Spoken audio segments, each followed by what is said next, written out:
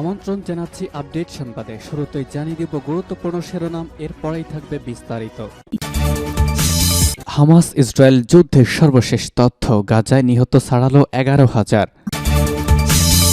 এদিকে প্রাণে বাঁচতে ছুটে চলা ফিলিস্তিনিদের ওপর ট্যাঙ্ক থেকে হামলা চালালো ইসরায়েল। আরও জানাবো, গাজার 4 হাসপাতাল ঘিরে রেখেছে ইহুদিবাদী ইসরায়েলি সেনারা। গাজায় 32,000 টন বোমা ফেলেছে ইসরায়েল। এরপর জানিয়ে দেব, ইসরায়েলকে অবশ্যই গাজায় বোমা হামলা বন্ধ করতে হবে, বললেন ফ্রান্সের প্রেসিডেন্ট এমানুয়েল ম্যাক্রো। এবং সর্বশেষ অত্যন্ত গুরুত্বপূর্ণ সংবাদ জানিয়ে দেব, ইসরায়েলের সমর্থনে 2 ভাগ বাইডেনের দল। শুনছিলেন সংবাদ শিরোনাম, এখন বিস্তারিত। তার আগে অনুরোধ থাকবে ভিডিওতে একটি লাইক দিন এবং কমেন্টস করে জানিয়ে দিন কোন জেলা থেকে বা কোথা থেকে আমাদের সঙ্গে যুক্ত রয়েছেন। গাজায় নিহত ছাড়ালো 11,000।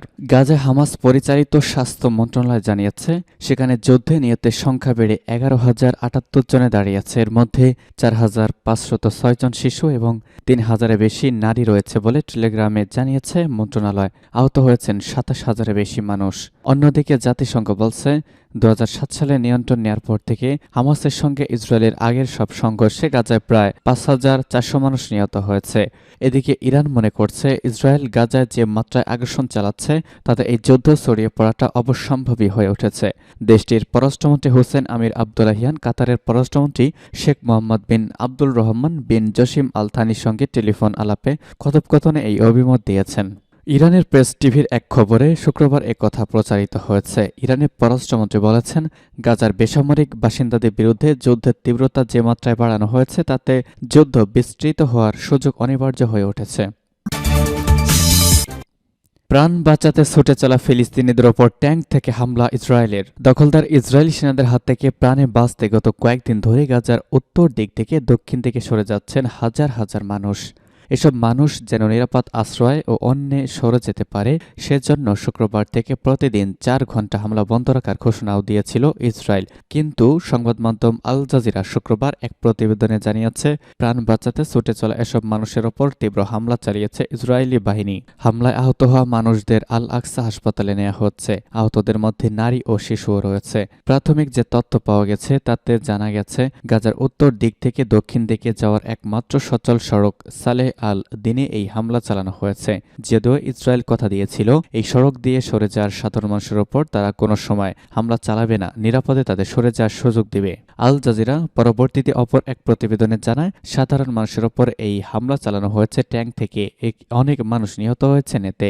গাজার কয়েকজন বাসিন্দা সংবাদ মাধ্যমটিকে জানিয়েছেন, তারা এই হামলার ঘটনায় হতাশ ও ক্ষুব্ধ হয়েছেন এবং ইসরায়েলি সেনাবাহিনীর ওপর কথা ওপর দেখিয়ে তাদের বিশ্বাস উঠে গেছে। এসব বাসিন্দা আরও জানিয়েছেন, হামলা বন্ধ রাখার যে ঘোষণা ইসরায়েল দিয়েছিল সেটি মূলত একটি ফাঁদ ছিল। গাজার 4 হাসপাতাল ঘিরে রেখেছে ইসরায়েলি সেনারা। ফিলিস্তিনি অবরুদ্ধ গাজা উপত্যকার 4টি হাসপাতালে বেশ কয়েক ঘণ্টা ধরে ঘিরে রেখেছে ইসরায়েলি সামরিক বাহিনী। যুদ্ধ ট্যাঙ্ক ও সাঁজোয়া যান নিয়ে এসব হাসপাতালের চারপাশের প্রায় 100 মিটার এলাকা ঘেরাও করে রেখেছে তারা।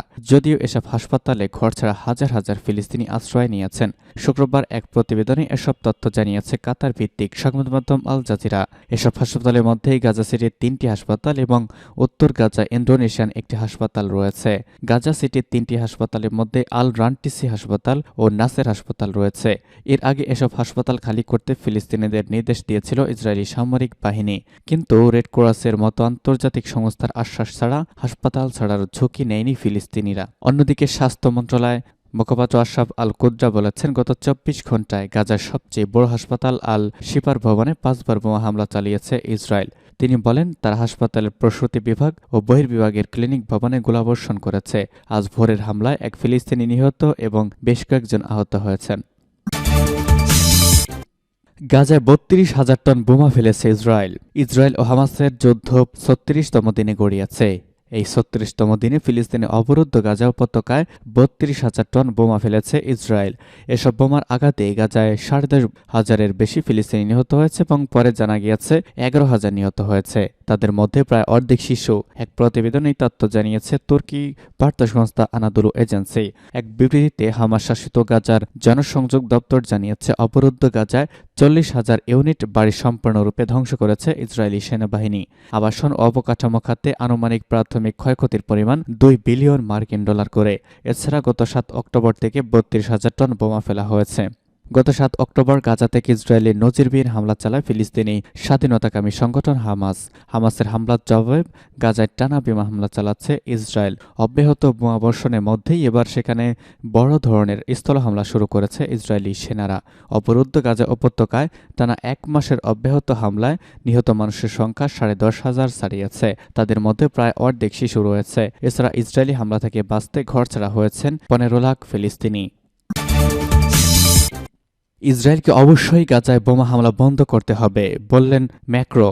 ফিলিস্তিনে অবরুদ্ধ গাজা উপত্যকার বোমাবর্ষণ বন্ধ করতে ইসরায়েলের প্রতি আহ্বান জানিয়েছেন ফ্রান্সের প্রেসিডেন্ট এমানুয়েল ম্যাক্রো। তিনি বলেছেন, ইসরায়েলকে অবশ্যই গাজায় বোমা হামলা বন্ধ করতে হবে এবং বেসামরিক মানুষ হত্যা বন্ধ করতে হবে। সংবাদ মাধ্যম বিবিসিকে দেওয়া এক সাক্ষাৎকারে ম্যাক্রো বলেছেন, এই মন্তব্য করেছেন শনিবার তথা আজ এক প্রতিবেদনে। এই তথ্য জানিয়েছে বার্তা সংস্থা রয়টার্স। প্রতিবেদনে বলা হয়েছে, ইসরায়েলকে অবশ্যই গাজায় বোমাবর্ষণ এবং বেসামরিক মানুষ হত্যা বন্ধ করতে হবে বলে সংবাদ মাধ্যম বিবিসিকে জানিয়েছেন ফ্রান্সের প্রেসিডেন্ট এমানুয়েল ম্যাক্রো। বিবিসিকে দেওয়া তার এই সাক্ষাৎকার শুক্রবার রাতে প্রকাশিত হয়েছে। এতে তিনি বলেছেন, গাজায় বোমা হামলার কোনো যুক্তি নেই এবং সেখানে যুদ্ধবৃত্তি হলে ইসরায়েল উপকৃত হবে। ফরাসি প্রেসিডেন্ট বলেছেন, হামাসের সন্ত্রাসী কর্মকাণ্ডের বিরুদ্ধে স্পষ্টভাবে নিন্দা করেছে ফ্রান্স, কিন্তু ইসরায়েলের আত্মরক্ষার অধিকারকে স্বীকৃতি দেওয়ার পাশাপাশি গাজায় ইসরায়েলে এই বোমা হামলা বন্ধ করার আহ্বান জানাচ্ছি আমরা। যুক্তরাষ্ট্র এবং ব্লিংকেন সহ অন্যান্য দেশের নেতারা তার এই যুদ্ধবিরতির আহ্বানে যোগ দিক চান কিনা জানতে চাইলে এমানুয়েল ম্যাক্রো বলেছেন, আমি আশা করি আমার আহ্বানের সঙ্গে যোগ দিবে। মূলত গত 7 অক্টোবর থেকেই গাজায় বিমান হামলা চালিয়ে যাচ্ছে ইসরায়েলি বাহিনী। এছাড়া ইসরায়েলের এই বিমান হামলা থেকে বাদ যাচ্ছে না গাজার কোনো অবকাঠামো। তারা মসজিদ, গির্জা, স্কুল, হাসপাতাল ও বেসামরিক মানুষের বাড়িঘর সব জায়গায় হামলা চালিয়ে আসছে। অবরুদ্ধ গাজা ভূখণ্ডে ইসরায়েলি বড় হামলায় নিহতের সংখ্যা ইতিমধ্যেই 11,000 ছাড়িয়ে গেছে। নিহত এসব ফিলিস্তিনিদের মধ্যে 4,500 বেশি শিশু। এছাড়া নিহতদের মধ্যে নারীর সংখ্যাও 3,000 বেশি। গাজা স্বাস্থ্য মন্ত্রণালয়ের মুখপাত্র আশরাফ আল কুদ্রা শুক্রবার গাজা শহরে এবং এক সংবাদ সম্মেলনে বলেছেন, ইসরায়েলি হামলায় নিহতদের মধ্যে শিশু সংখ্যা 4,506 জন। এছাড়া নিহতদের মধ্যে 3,027 জন নারী এবং 678 জন বৃদ্ধ রয়েছেন। ইসরায়েলি আগ্রাসনে আহত হয়েছেন আরও 27,490 জন। তিনি বলেন, ইসরায়েলি হামলায় 1,500 শিশুসহ 2,700 জন লোক এখনও বিধ্বস্ত বহু ভবনের ধ্বংসস্তূপের নিচে আটকা পড়ে আছেন বলে জানা গেছে। রয়টার্স বলছে, গাজা যুদ্ধ সম্পর্কে প্যারিসে মানবিক সহায়তা সম্মেলনের পরের দিন বিবিসিকে দেওয়া ওই সাক্ষাৎকারে ম্যাক্রো বলেছেন, প্যারিসে শিশু সম্মেলনে উপস্থিত সমস্ত সরকার এবং সংস্থা স্পষ্টভাবে এই উপসংহারে পৌঁছেছেন, গাজার সংঘাতে প্রথমে মানবিক বিরতি এবং সেখানে যুদ্ধবিরতিতে যাওয়া ছাড়া অন্য কোনো সমাধান নেই। আর সেটি হলে সেই সব বেসামরিক নাগরিকদের সুরক্ষার সুযোগ পাওয়া যাবে যাদের সঙ্গে সন্ত্রাসীদের কোনো সম্পর্ক নেই। প্রেসিডেন্ট এমানুয়েল ম্যাক্রো বলেছেন, প্রকৃতপক্ষে আজ বেসামরিক লোকদের উপর বোমা হামলা করা হচ্ছে, শিশু, নারী ও বৃদ্ধ মানুষদের বোমা মেরে হত্যা করা হয়েছে। তাই এটি চলার কোনো কারণ নেই এবং এই হামলাকেও বৈধতা দেওয়া যায় না। তাই আমরা ইসরায়েলকে থামানোর জন্য অনুরোধ করছি। এবং সর্বশেষ জানিয়ে দেব, ইসরায়েলের সমর্থনে দুভাগ বাইডেনের দল। গাজা ইসরায়েলে হামলা শুরুর থেকেই জোর সমর্থন জানিয়েছে যুক্তরাষ্ট্র। শুধুমাত্র মৌখিকভাবেই নয়, অস্ত্র, গোলাবারুদ সহ রণতরী পাঠিয়েছে। যুক্তরাষ্ট্রের প্রত্যক্ষ মদদে গাজায় টানা 1 মাসের বেশি সময় ধরে বড় হামলা চালাচ্ছে দখলদার ইহুদি রাষ্ট্র। প্রতিবাদে ফুটে উঠেছে বিশ্বের শান্তিপ্রিয় জনতা। দেশে দেশে রাস্তায় রাস্তায় চলছে বিক্ষোভ। বিভক্তি সৃষ্টি হয়েছে যুক্তরাষ্ট্রের ক্ষমতাসীন দলেও। নিরীশংস এই ধ্বংসযজ্ঞ হোয়াইট হাউসের সমর্থনে ইতিমধ্যেই দুভাগ হয়ে গেছে প্রেসিডেন্ট জো বাইডেনের দল ডেমোক্রেটিক। ইসরায়েলকে বিবেকশূন্য অন্ধ সমর্থনে নিজ দলেই সমালোচিত হচ্ছেন বাইডেন। খবর CNN এবং বিবিসি। মোটামুটি সমান দুইভাবে বিভক্ত হয়ে গেছে ডেমোক্রেটিক পার্টি। শুক্রবার Associated Press NORC Center for public অ্যাফেয়ার্সের একটি জরিপে দেখা গেছে 50% ডেমোক্র্যাট বাইডেনকে সমর্থন করেন। অন্যদিকে 46% তার দেওয়া সিদ্ধান্তগুলো অনাস্থা জানিয়েছেন। যুদ্ধকে কেন্দ্র করে ডেমোক্র্যাটদের নীতি নির্ধারণী পর্যায়ে দেখা গেছে গভীর বিভাজন। অনেকেই মনে করেছেন বিষয়টি বাইডেনের পুনর্নির্বাচনের প্রচেষ্টাকে জটিল করে তুলবে। 500 জনের বেশি বাইডেন সমর্থক প্রচার কর্মী গাজার পক্ষে কথা বলেছেন। বলেছেন, চলমান এই ঘটনা ইসরায়েলের সমর্থনে প্রেসিডেন্ট জো বাইডেনকে অভ্যন্তরীণ এবং বৈদেশিক চাপের সম্মুখীন হতে হচ্ছে। এমনকি বাইডেনকে গোপনে হুঁশিয়ারি দিয়েছেন মার্কিন কূটনীতিকরাও। প্রতিদিন শত শত নারী শিশু হত্যায় আরব দেশগুলোর যুক্তরাষ্ট্রের বিরুদ্ধে ক্ষোভের জন্ম দিয়েছে। কূটনীতিকদের মতে ইসরায়েলের জোরালো সমর্থনে এক প্রজন্মের জন্য যুক্তরাষ্ট্র আরব জনগণ